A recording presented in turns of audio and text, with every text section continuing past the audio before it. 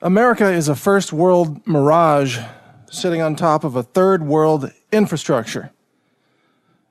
Hi, this is Mike Adams, the Health Ranger. You're listening to healthrangerreport.com. Check out my website, newstarget.com. So let's talk about America and its infrastructure. Let me give you some evidence that what I'm saying here is true. Flint, Michigan, third world water supply. Let's just call it Detroit, because that's really what it is. Third world city. I've traveled the world. I've lived in Asia. I've lived in South America. I speak 3 languages. I've traveled throughout Europe, Australia.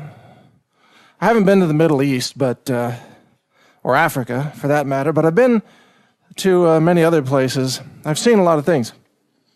Detroit looks like a third world nation. It's like a post-war zone city. And the truth is, it's just one small example of the crumbling infrastructure underneath America's false facade.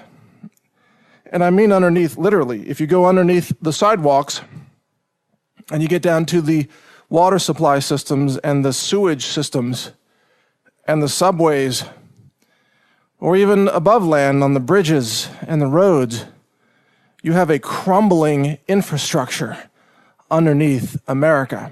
An infrastructure that is 100 years old in many places and on the verge of collapse. And these governments, local governments like the city of Detroit or the state of Michigan or even the federal government, have all run out of money because they've been spending it on socialist programs, and so they have failed to maintain the infrastructure that's now on the verge of collapse.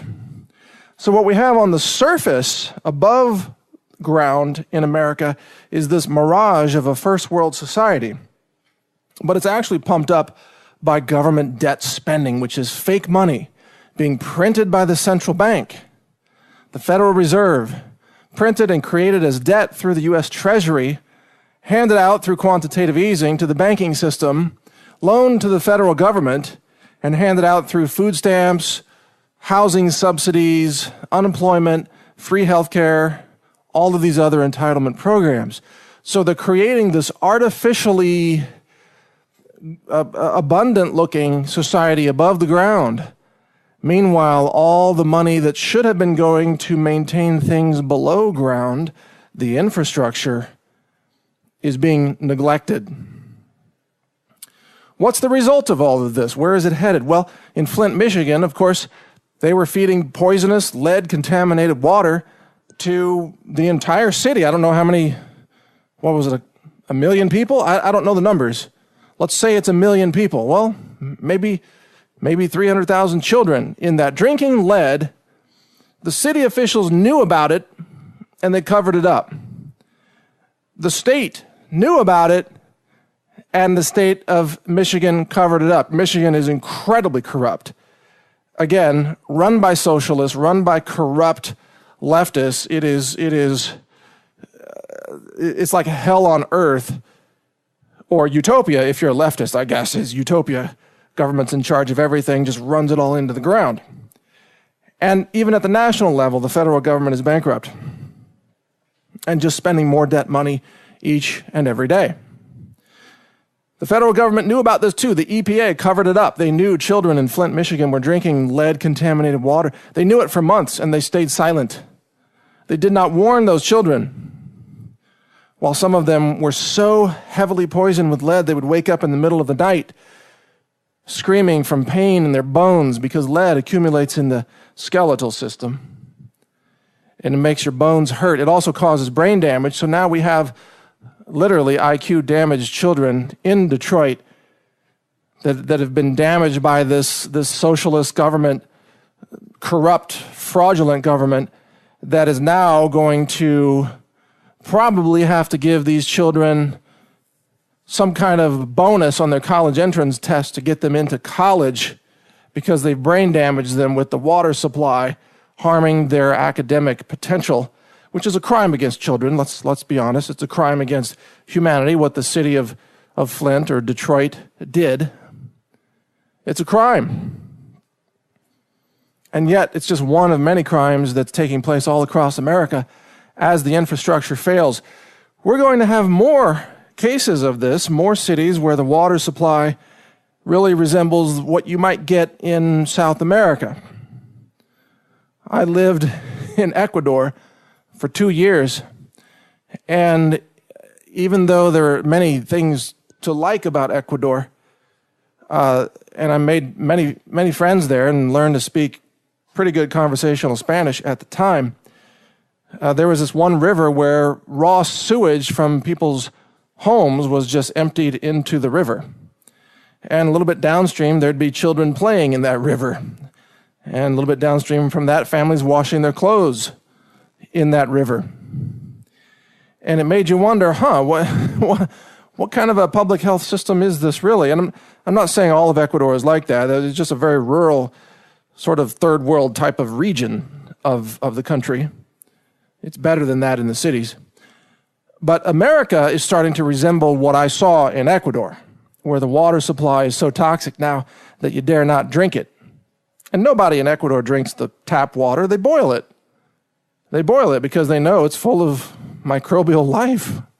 Put that under a microscope and you have a science project. So they boil it to make it sterile. But of course, boiling doesn't eliminate lead or cadmium or mercury or heavy metals. So if you've got lead in your water, like in Michigan, you're screwed. You can't boil it. You actually need a water filter, like the big Berkey type of gravity filter. I've actually tested it. Check out waterfilterlabs.com. I run a science lab. We do heavy metals analysis using ICP-MS instrumentation. And I've been running this for over 2 years now. And I've conducted thousands of tests of foods and beverages and environmental samples.